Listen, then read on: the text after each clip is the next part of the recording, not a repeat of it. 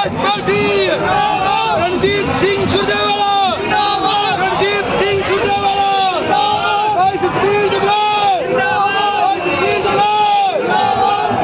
कुमारी सहगल चौधरी वीरेंद्र सिंह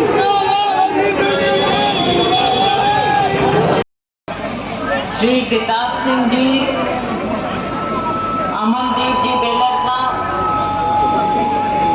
प्रवेश माथुर जी, सुरेश वाल्मीकि जी, राम मेहर जी कनौदा, अभी हमारे परिवार में शामिल हुए श्री संदीप लोट जी, जिन्होंने लोकसभा का चुनाव लड़ा, सज्जन सिंह जी, और जिन्होंने हमारे सामने अभी लोकसभा का चुनाव लोकदल से लड़ा और बहुत अच्छे वोट ले गए थे भाई, 1 लाख के करीब वोट ले गए थे। लेकिन अब हमारे साथ हमारे परिवार में आए हैं संदीप लोट जी, बहुत ही सज्जन आदमी हैं, बहुत सज्जन आदमी हैं, इनका बहुत स्वागत है। मैं सज्जन कह रही थी अपने सज्जन को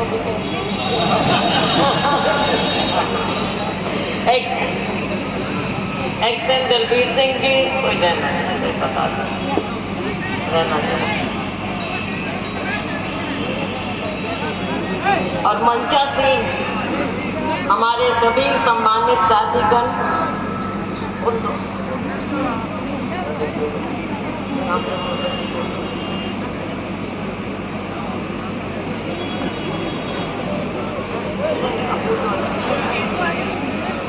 साथियों, यहाँ पर इतनी संख्या में, इतनी गर्मी में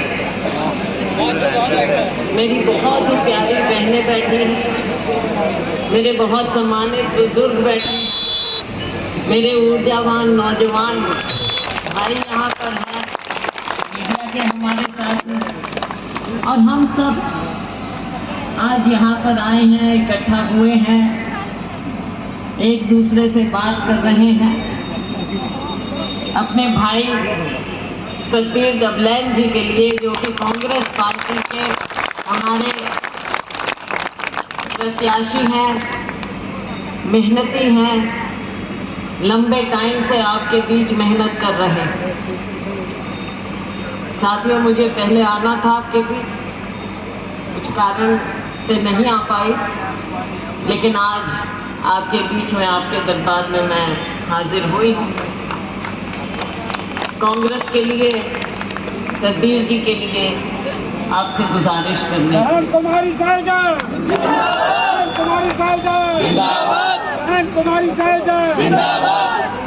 अभी चौधरी वीरेंद्र सिंह जी बात कर रहे थे मान सम्मान की। कल राहुल जी और प्रियंका जी आए थे, उत्तरी हरियाणा में दौरा किया, उनका रोड शो भी, तो दोनों ने एक बात कही कि जो ये हमारा गरीब शोषित तबका, इनको कुछ अनाज दे देते हैं, थोड़े बहुत किसी ना किसी बहाने लाइन में खड़ा कर देते हैं। क्या ये सब बात आप अपने आप में पर्याप्त है क्या? ठीक है, गरीबी है, गरीब का सबसे ज्यादा मान सम्मान सबसे ज्यादा जरूरी है। ये सम्मान की लड़ाई है। मेहनत करते हैं, अपनी 4 रोटी कमा के खाते हैं, बच्चों को पालते हैं, लेकिन क्या मान सम्मान मिलता? मान सम्मान की ही लड़ाई होती है साथियों। रोटी की लड़ाई भगवान की दया से नहीं है आज के दिन, क्योंकि भगवान ने हाथ दिए। और जो ये हमारा कमेरा वर्ग है, कहीं भी जाकर मेहनत करता है, हमारी बहनें तक मेहनत करती हैं, खेतों में जाओ, कहीं जाओ, सबसे ज्यादा काम करते हुए कौन दिखेंगी? मेहनत मेरी बहनें करती दिखेंगी। सारे दिन खेत में काम करते हैं, मजदूरी करते हैं, चाहे मनरेगा हो या कुछ भी, मेहनत करके रोटी कमाते हैं। तो क्या मान सम्मान भी नहीं मिलना चाहिए? तो ये वर्गीकरण की बात क्यों? मान सम्मान तो इंसानियत के तौर पर हर एक इंसान का हक है, और ये हक हमें बाबा साहेब भीमराव अंबेडकर जी ने दिया। मत भूलिए कि बाबा साहेब के संविधान में केवल अनुसूचित जाति या पिछड़ी जाति या गरीब के लिए नहीं किया, उन्होंने सबके लिए किया। किसान मजदूर के लिए किया। कई जगहों पर तो जिनको हम यहाँ ठीक ठाक अच्छा समझते हैं, उनको भी मान सम्मान नहीं था।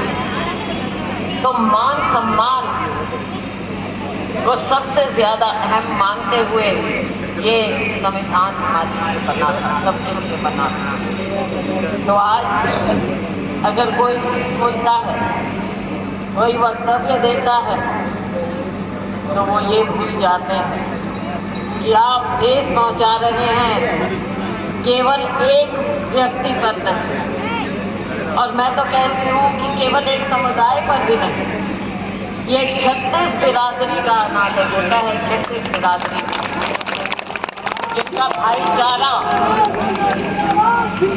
जिनका भाईचारा हमारे समाज को, हमारे प्रदेश को, हमारे देश को आगे लेकर जाता है। तो ये 36 बिरादरी का अनादर होता है साथ। अगर इससे ऊपर नहीं उभरेंगे, इससे ऊपर नहीं उठेंगे, तो ये छोटे कोई जाति से नहीं होते, अपने विचार से होते हैं, ये सब समझते। तो ये ठेस सबसे बुरी ठेस होती है, और इसकी भरपाई करना बहुत मुश्किल हो जाता है। इसलिए सब समझें, सोचें, केवल चुनाव की बात नहीं होती। आज हम यहाँ पहुँचे, हम सब यहाँ खड़े हैं या यहाँ पर बैठे हैं, तो ये हमारे अधिकारों के कारण हम बैठे हैं। कई पीढ़ी लग जाती है यहाँ तक पहुँचने में। आज सैलजा यहाँ खड़ी है या हमारे सभी साथी यहाँ खड़े हैं। साथियों, एकदम नहीं होता। बदलाव के साथ, समाज के साथ, हमारे को भी, मुझे भी, सैलजा को तीसरी पीढ़ी लगी है यहाँ तक पहुँचने में। और आज कोई अगर सैलजा का नाम ले रहा है, मुफ्त में नहीं ले रहे, ये कमाई है हमारी ईमानदारी की, जो यहाँ तक पहुँचे। और कोई भी पहुँच सकता है, क्यों नहीं हमारे ये साथी पहुँच सकते? गरीब के घर में पैदा होना, चाहे वो किसी भी जाति का हो, क्या वो अभिशाप है?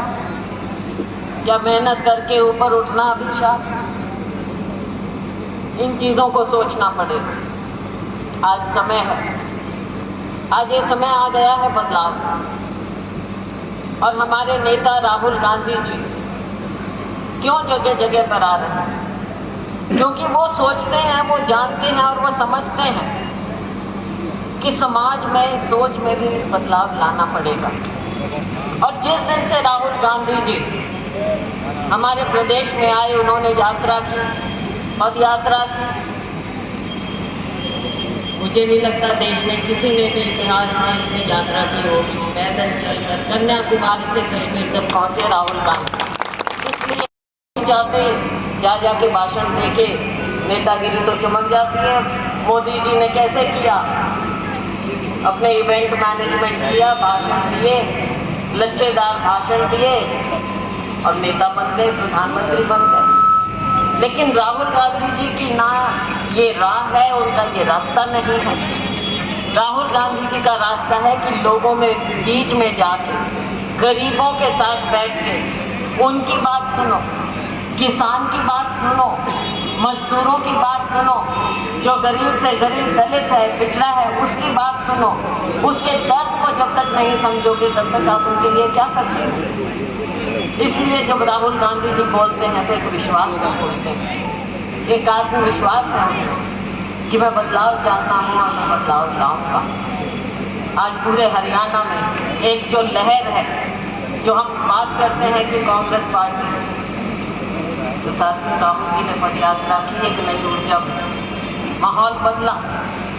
आज जो बात होती है राहुल गांधी जी की मेहनत हमारी नहीं है, ये तो एक आप हो और एक हमारे नेता, हम तो बीच में भाई फायदा उठा रहे हैं।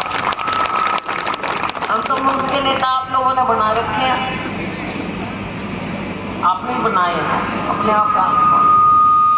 हमने मेहनत की, आप लोगों ने हमारी को समझा और हमको यहाँ तक पहुँचा। तो साथियों आज के दिन राहुल गांधी जी, प्रियंका जी पूरे प्रदेश में